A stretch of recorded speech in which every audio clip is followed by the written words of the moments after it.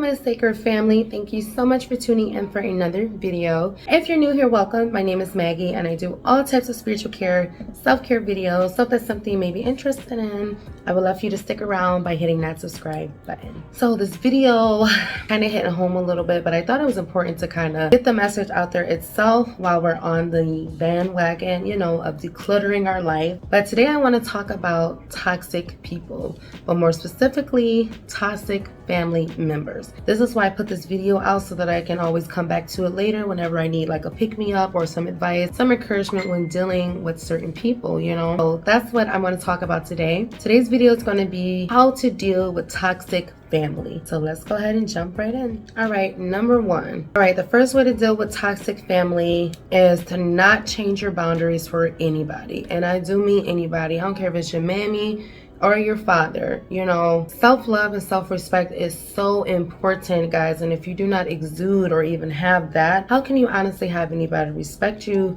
or respect your boundaries? So, I mean, if you don't have any in place. So definitely, first of all, create boundaries and then don't change them. Don't compromise, because your boundaries are set in place for a reason. And if people can't respect that, a boundary is just teaching somebody how to treat you, right? Letting somebody know what you're willing to accept and not accept. You know, that's simply what it is. And then holding that person accountable if they do. It's not a boundary if they continue to do it. If you have these things in your head, you don't like this person is treating you, you don't like what this person is saying to you or doing to you on a daily basis, but you're not taking action, you're not holding that person accountable, like cutting them out of your life, putting them on ice for a little bit. You know what I'm saying? So don't change your boundaries for anybody. They're there for a reason, and then you should be holding them accountable. Oh my God, it's about to rain again.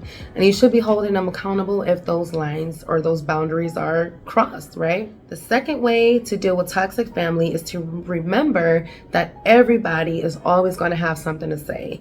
And I mean literally, even the person who's not even involved in a situation, somehow it's going to get to that person, is going to go around the whole family before it even gets to you, before you even get to have your own opinion, and you might have even been the one that was there or involved, or you know, whatever the case may be. But I'm just saying, everybody's going to have an opinion about you, about your circumstance, about who you're dealing with, about who you're beefing with, about where you're going, how your kids are being treated. Somebody's always going to have something to say. And 7 times out of 10, if you have a toxic family, yes, most likely going to be discouraging. It's not going to be nice.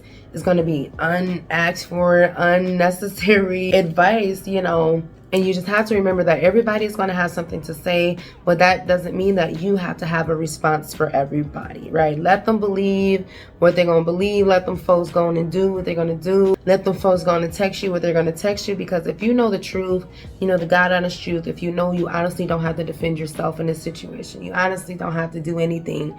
You didn't absolutely nothing. Like, people are literally acting out of their own recognizance. Like, let them. And then number 3, don't feel guilty about it. Don't feel guilty about teaching somebody, telling somebody that hurt me. I don't want you to do that again. I'm not going to allow you to do that again, and I'm not sorry for it. I know it sounds a little harsh. You don't necessarily have to say it like that. You don't even necessarily have to give an explanation, but definitely don't feel guilty about cutting off toxicity in your life. Don't feel guilty about letting a burden go. Don't feel guilty about treating yourself better than the next person is treating you. You know what I'm saying? So don't feel guilty about cutting toxic family off, cutting off toxic relationships, cutting off conversations early, getting out of family group chats. Like, don't feel guilty about that stuff, because in the end, this is your life, this is your sanity, this is your stress levels that's going up and down, right? So don't feel guilty about letting all that go. The 4th way to deal with toxic family members is adjust boundaries when needed, and that can be for good or bad. Maybe you can loosen up your boundaries, right? There's certain family members I don't talk to at all, right? Maybe in the future I might loosen up my boundaries a little bit. I might come back. I might, you know, reach out. I don't know when.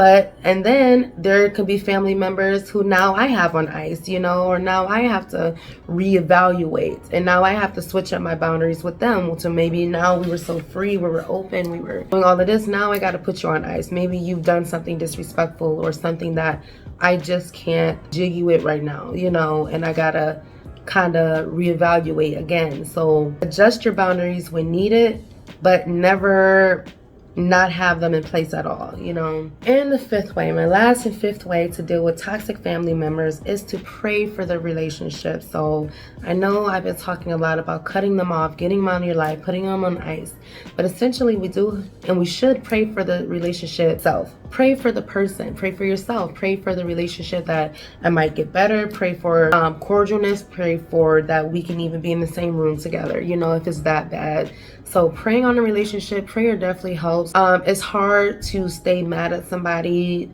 the more you pray for them. I've noticed that when you actually care for the person or care for your family. I understand this is family here, right?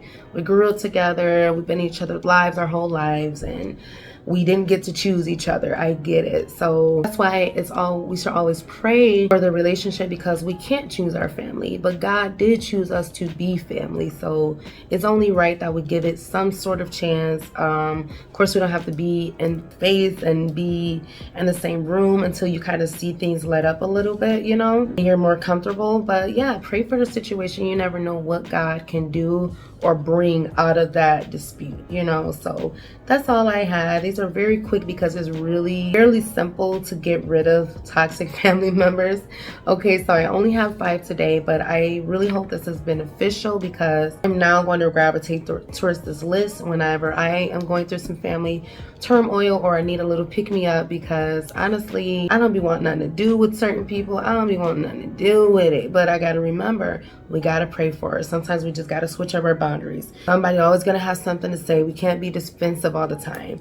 I can't be feeling guilty when I want to take a little break from them. Like, as long as I remember all of that, I think we will be fine. And I honestly think any relationship can spring back, you know what I'm saying, as long as it's worth it and it's healthy, right? So that's all I have for this video. Thank you so much for listening, and yeah, I will see you in the next one.